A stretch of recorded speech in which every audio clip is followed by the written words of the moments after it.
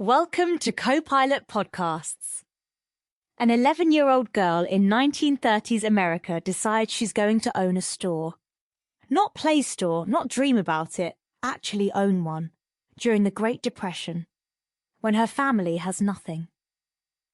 Today we're diving into Mary J's Community by Clyde Edmund Fisher, a historical novel based on a true story that shows how one woman's impossible dream created economic, spiritual, and friendship gains for an entire community. By the end of this episode, you'll understand how this book captures the essence of American entrepreneurship during our nation's darkest economic hour, and why its themes of community support still resonate today.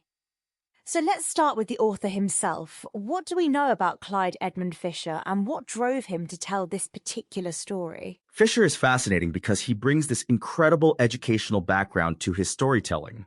According to the page content, he has multiple degrees, a Bachelor of Science in Business Administration, a Bachelor of Arts, and a master's degree from NCCU, SAU, and Shaw University. But what's really compelling is that he learned at an early age to play a role in his community, and he currently works with groups of multicultural communities. That community focus really comes through in the book, doesn't it? Absolutely. And his publishing career began in January 2014 with the release of Mary J's Community, so this has been his flagship work for over a decade now. He's also worked with several major corporations in key executive positions, which gives him this unique perspective on both business and community dynamics. Now let's talk about Mary J herself. According to the onlinebookclub.org review, this is based on a true story. What's her background? Mary J grew up in the 1930s during the Great Depression as the fifth child of 9. She lost both of her parents at a young age and was cared for by her grandmother Mag. But here's what's remarkable. She knew by the age of 11 that she wanted to be a store owner. 11 years old during the Great Depression. That's either incredibly naive or incredibly visionary. Right? And as the Great Depression was ending and World War II had begun, Mary J met the man she wanted to marry, Pap Fisher, who was 10 years her senior. Her grandmother wasn't a fan, so Mary J and Pap eloped. So she's making bold decisions from a young age. What happened after the marriage? Once she was married, her grandmother accepted Pap into the family. Mary J moved with Pap to his home, where he lived with his mother and sister. Pap had lost his father and stayed to continue farming his parents' land. Mary J still had her dream of becoming a store owner and hoped her marriage to Pap would be beneficial in reaching that goal. But farming during that era wasn't exactly a path to prosperity, was it? Not at all. In addition to farming, Pap made moonshine, and at times his profits were stolen. That is when the police weren't finding his still and destroying it. So money was tight. As the years went by and children came along, Mary J was losing hope she would ever have her store. That's such a relatable struggle, having this big dream but life keeps throwing obstacles at you. The moonshine detail is interesting too. It shows the economic desperation of the time. Exactly. And what I find compelling is how Fisher structures this as a question throughout the book. Would Mary J get her store? Would Pap be able to help her fulfill her dream, or would it become a source of contention between them? Let's talk about Fisher's approach to character development. The onlinebookclub.org review mentions he did an outstanding job with this. The reviewer noted that there were many fictitious characters in the book, and Fisher included a list of characters at the beginning to help readers keep them straight. The characters had names that are quaint and sometimes humorous: Willie Welt, Plump, Showalter, and Solland, to name a few. Those names are amazing. They sound like they could be from a Dickens novel or something. There's something so evocative about Depression-era naming conventions. Right? And according to the review, Fisher's writing style is engaging, and the storyline touches the heart of the reader. It's about family and friends helping each other and forming a close-knit community with a strong religious foundation. That religious foundation aspect is interesting. How does that play into the overall themes? Well, the book description consistently mentions that this story shows the economic, spiritual, and friendship gains that one person's dreams can create. So it's not just about individual achievement, it's about how one person's vision can uplift an entire community spiritually and economically. That's a really powerful message, especially for that time period. What about the book's reception? How has it been received? The onlinebookclub.org review gave it 3 out of 4 stars, which is solid. On Goodreads, it has a 5 rating, though that's based on just one review. The Goodreads reviewer said it was a great story of a young woman full of dreams. It's interesting that it's classified as historical fiction. The online book club notes that historical fiction is typically defined as novels written at least 25-50 years after the book's setting. That's a good point. Since the story is set in the 1930s and the book was first published in 2014, that definitely fits the criteria. But what makes it unique is that it's based on a true story, so it bridges that gap between historical fiction and memoir. Let's talk about the book's evolution. I noticed there are multiple editions. What can you tell us about that? The original was published in 2019 with 252 pages, but there's also a second edition from September 2020 with 254 pages, and then another version from July 2021 with 429 pages. So Fisher has been expanding and refining this story over time. That's almost double the length in the latest version. That suggests he's really committed to developing this story and these characters. Absolutely. And what's interesting is that the core message remains consistent across all versions. It's about a determined and hardworking woman who shows the special bonds that a community can share. Now, I want to dig into something that really strikes me about this story. We're talking about a woman in the 1930s who wants to be a business owner. That's pretty revolutionary for the time, isn't it? Absolutely. Women's economic opportunities were severely limited during the Great Depression. The fact that Mary J. not only dreamed of owning a store, but actively pursued it despite financial obstacles, family responsibilities, and societal expectations makes her story particularly compelling. And the community aspect seems central to how she achieves this dream, right? Exactly. The book description emphasizes that this story shows how one person's dreams can create economic, spiritual, and friendship gains for others. It's not just individual success, it's about lifting up the whole community. That's such a different narrative from the typical American dream story of individual achievement. This is more about collective prosperity. Right, and that reflects Fisher's own background and values. Remember, he learned at an early age to play a role in his community and currently works with groups of multicultural communities. That community-first mindset really comes through in the storytelling. Let's talk about the obstacles Mary J. faces. The book mentions death and finances as major challenges. How do these play out in the story? Well, she lost both parents at a young age, which is the death obstacle. And financially, even after marriage, money was tight because of Pap's farming struggles and the moonshine business being unreliable due to theft and police raids. The moonshine element really grounds this in the historical reality of prohibition and the economic desperation of the era. Absolutely. And as children came along, Mary J. was losing hope she would ever have her store.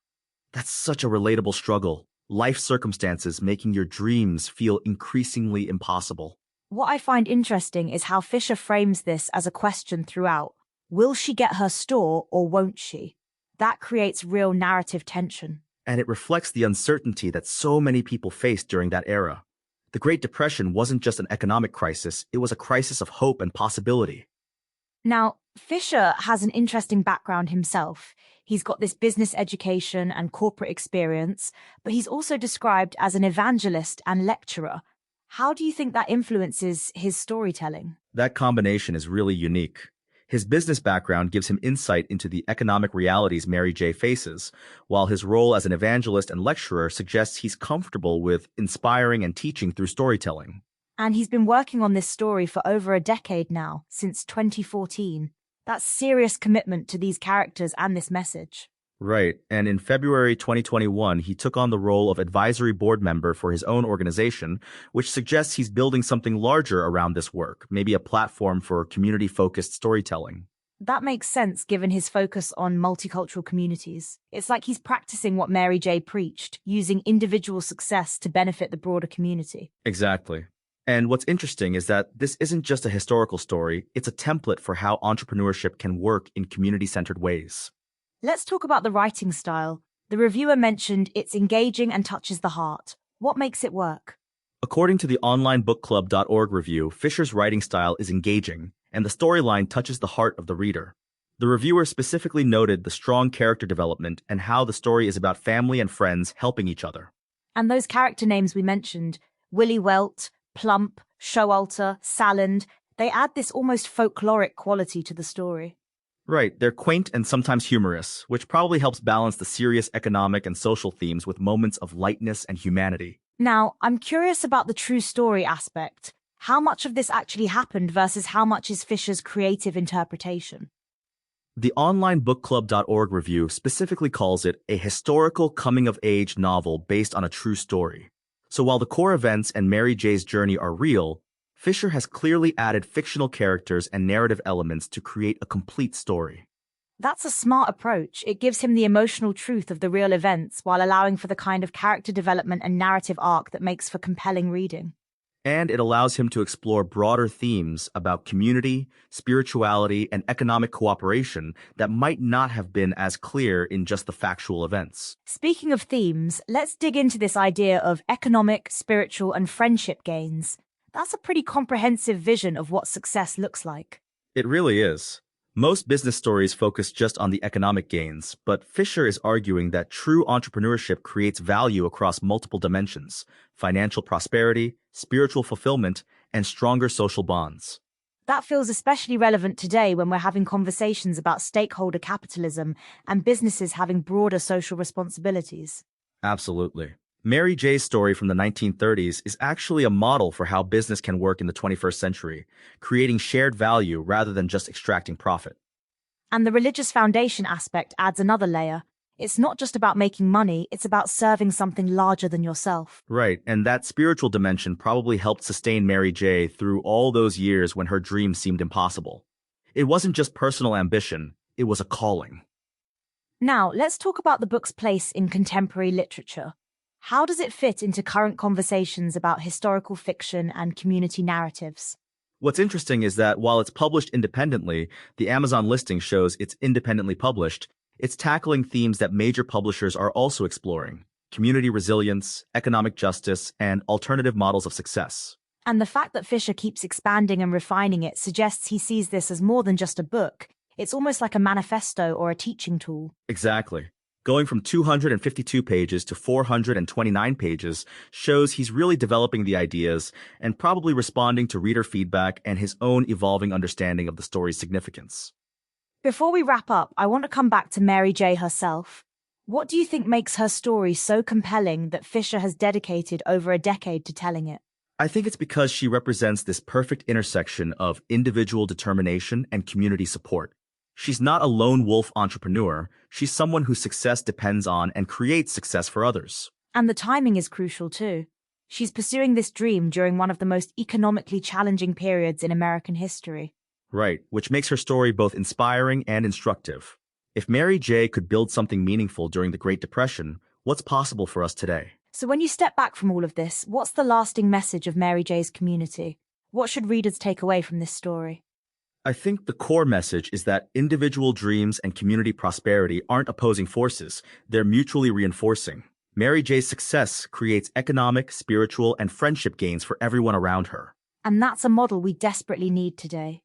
Too often we think about business as zero-sum competition, but Fisher is showing us a different way through Mary J's example. Exactly. And the fact that this is based on a true story makes it even more powerful. This isn't just idealistic fiction, it's proof that this kind of community-centered entrepreneurship actually works. Plus, Fisher's own background, working with multicultural communities, his business education, his role as an evangelist, shows he's not just writing about these values, he's living them. Right, and that authenticity comes through in the storytelling. When you read about Mary J's journey, you're not just getting entertainment, you're getting a roadmap for how to build something meaningful. So here's what this really comes down to. Mary J's Community isn't just a historical novel about one woman's dream. It's a blueprint for how individual ambition and community support can work together to create lasting prosperity. Fisher has given us a story that's both deeply rooted in the 1930s and urgently relevant for today. Whether you're an entrepreneur, a community leader, or just someone trying to figure out how to make your dreams work alongside other people's needs, Mary J's journey offers both inspiration and practical wisdom. Remember that 11-year-old girl who decided she was going to own a store during the Great Depression? She didn't just achieve her dream, she proved that the best dreams are the ones that lift everyone up. Thanks for joining us on Copilot Podcasts, and remember, your biggest dreams might just be your community's greatest opportunity.